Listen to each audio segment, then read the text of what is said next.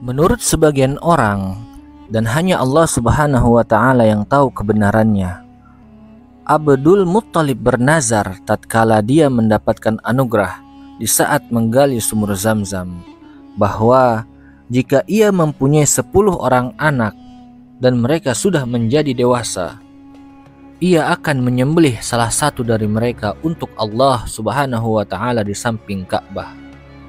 Ketika anaknya sudah berjumlah 10 dan ia mengetahui bahwa mereka akan mencegah dan menghalanginya untuk memenuhi nazarnya, maka ia pun mengumpulkan anak-anaknya untuk menjelaskan nazar tersebut serta mengajak mereka untuk memenuhi nazar itu. Namun ternyata anak-anaknya tanpa ragu mentaatinya dan seraya berkata, "Apa yang semestinya harus kami lakukan, wahai ayah?" Abdul Muttalib berkata, "Setiap dari kalian mengambil satu dadu, lalu menulis namanya di atas dadu tersebut. Lalu tunjukkan hasilnya kepadaku." Mereka pun mengerjakan apa yang diperintahkan oleh Abdul Muttalib. Lalu mereka menemui bapak mereka. Abdul Muttalib membawa mereka ke patung Hubal yang ada di dalam Ka'bah. Patung Hubal terletak di atas sumur di dalam Ka'bah. Sumur tersebut adalah tempat dikumpulkannya apa-apa yang mereka persembahkan untuk Ka'bah. Di sisi patung Hubal terdapat 7 dadu, dan pada setiap dadu terdapat tulisan Al-Aqlu, yang artinya diat atau denda atas darah. Pada saat itu, jika orang-orang Quraisy berselisih tentang siapa yang berhak menanggung tebusan atau denda tertentu, mereka mengocok ke 7 dadu tersebut. Jika yang keluar Al-Aqlu, maka diat atau denda harus ditanggung oleh orang yang keluar namanya pada dadu tersebut. Di antara dadu tersebut ada tulisan Na'am yang artinya iya, dan tulisan La yang artinya tidak. Jika mereka menginginkan sesuatu, maka mereka mengocok dadu tersebut. Jika yang muncul adalah dadu yang bertulisan Na'am, mereka mengerjakan apa yang mereka inginkan. Tapi apabila yang muncul adalah dadu yang bertulisan La, mereka tidak akan mengerjakan apa yang mereka inginkan. Ada pula dadu yang bertulisan Minkum, ada yang bertulisan Mulsaq, ada yang bertulisan Min Ghairikum, dan Al-Miyahu. Apabila mereka mau menggali sebuah sumur, maka mereka mengocok dadu, dan tulisan apa yang keluar, maka mereka mengerjakan sesuai dengan tulisan yang muncul itu.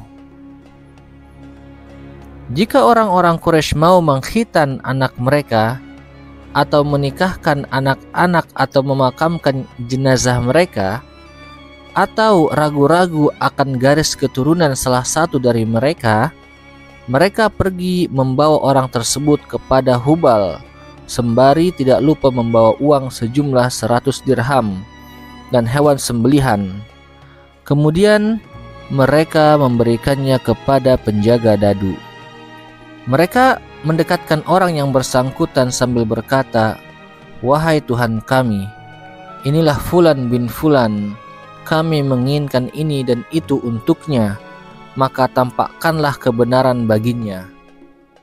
Mereka berkata kepada penjaga kotak dadu, "Lakukanlah undian dengan dadu itu.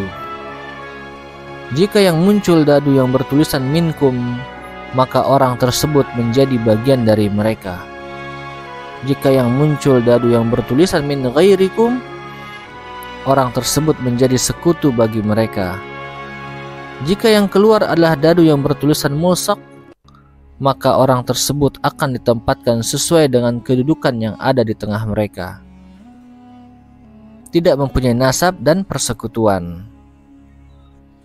Jika yang muncul adalah dadu yang bertulisan na'am, mereka mengerjakan hal tersebut. Jika yang keluar adalah dadu yang bertulisan la, mereka menunda perkara tersebut hingga tahun depan.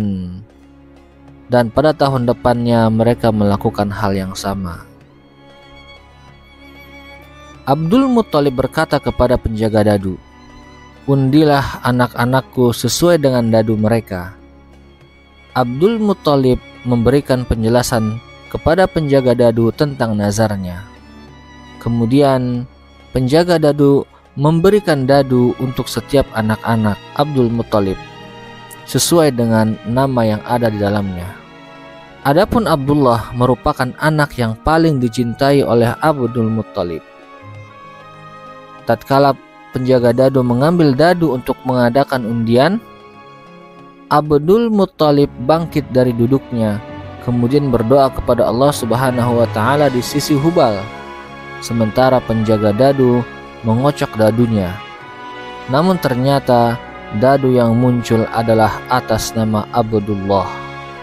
Abdul Muttalib memanggil Abdullah dan mengambil pisau panjang, lalu membawa Abdullah ke patung Isaf dan Nailah untuk disembelih. Orang-orang Quraisy beranjak dari balai pertemuan mereka dan datang menemui Abdul Muttalib. Mereka berkata, "Apa yang engkau lakukan wahai Abdul Muttalib?" Abdul Muttalib berkata atau menjawab, "Aku akan membunuhnya." Orang-orang Quraisy dan anak-anak Abdul Muttalib berkata, "Demi Allah, engkau tidak boleh membunuhnya sampai kapanpun, hingga engkau memberikan argumen yang kuat atas tindakanmu ini. Jika engkau tetap ngotot menyembelihnya, pasti setiap orang akan menyembelih anaknya. Lalu bagaimana jadinya manusia nanti?" Al-Mughirah bin Abdullah bin Amr berkata kepada Abdul Muttalib, "Demi Allah, janganlah engkau menyembelihnya hingga engkau mampu mendatangkan argumentasi yang kuat atas penyembelihannya. Jika tebusannya adalah dengan harta, kita pasti menebusnya." Orang-orang Quraisy dan anak-anak Abdul Muttalib berkata kepadanya, "Hentikan niatmu itu. Bawalah dia ke Hijaz, karena di sana ada seorang wanita juru peramal yang memiliki pendamping jin. Tanyakan padanya dan engkau harus taat kepada keputusannya. Jika ia memerintahkanmu untuk menyembelih anakmu, maka engkau harus menyembelihnya. Jika ia menyuruhmu mengerjakan sesuatu dan di dalamnya terdapat jalan keluar bagimu dan bagi Abdullah, maka engkau hendak menerimanya dengan lapang hati." Mereka pun berangkat. Setiba di Madinah, mereka tidak mendapatkannya di tempatnya. Peramal wanita itu ternyata sedang berada di Khaybar. Mereka pun segera memacu kendaraan mereka untuk menuju Khaybar. Ketika tiba di Khaybar, mereka bertanya kepada tukang ramal wanita tersebut. Sementara Abdul Muttalib bercerita mengenai dirinya, anaknya, apa yang ia inginkan pada anaknya, serta nazarnya tersebut. Dukun wanita itu berkata, "Pulanglah kalian pada hari ini untuk sementara, hingga jin khadamku datang kepadaku, sehingga aku bisa menanyakan masalah ini kepadanya." Mereka keluar dari rumah peramal wanita itu. Ketika mereka telah keluar, Abdul Muttalib berdiri dan berdoa kepada Allah Subhanahu wa Ta'ala. Usai berdoa, mereka balik ke rumah peramal wanita itu. Peramal wanita itu berkata, "Aku telah mendapatkan bisikan. Berapa jumlah diat atau denda di tempat kalian?" Mereka menjawab, 10 unta. Jumlah diat kala itu atau denda kala itu memang 10 unta.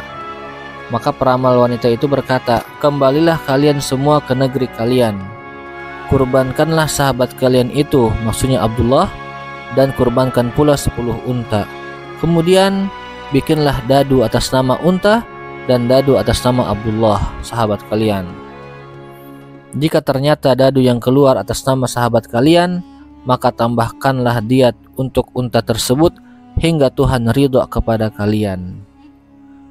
Jika ternyata dadu keluar atas nama unta, sembelihlah unta tersebut sebagai ganti sahabat kalian, karena Tuhan telah ridho kepada kalian, sedangkan sahabat kalian telah selamat. Maka mereka pun semua pulang ke Mekah. Setibanya di Mekah, mereka mufakat atau sepakat untuk menjalankan perintah paranormal wanita itu. Abdul Muttalib berdiri dan berdoa kepada Allah Subhanahu wa Ta'ala. Mereka memposisikan Abdullah sebagai kurban dan 10 unta sebagai kurban lainnya.